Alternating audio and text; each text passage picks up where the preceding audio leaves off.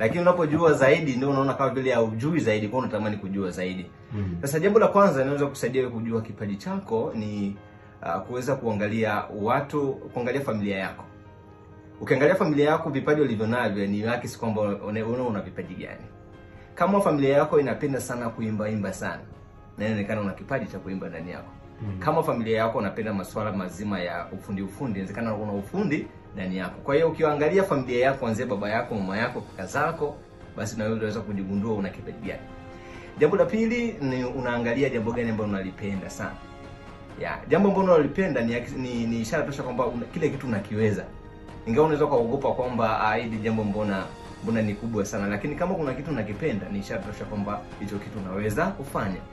Na jambo la tatu, unaangalia watu gani ambao wanakuvutia sana. Unaangalia watu gani ambao wanakuvutia.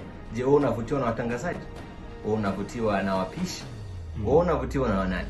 Watu ambao wanaokuvutia ni ishara tosha kwamba kile kilicho ndani yao ndicho kipo ndani yao.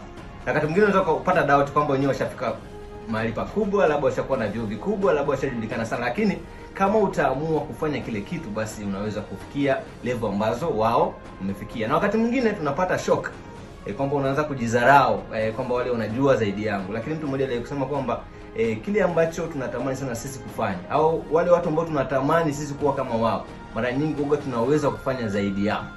Kwa hiyo sasa usipate hofu kwamba wenyewe ushafika mbali. Unachotaka kufanya ni kwamba ni kujifunza kutoka kwao na kuchukua hatua ya kufikia pale walipo.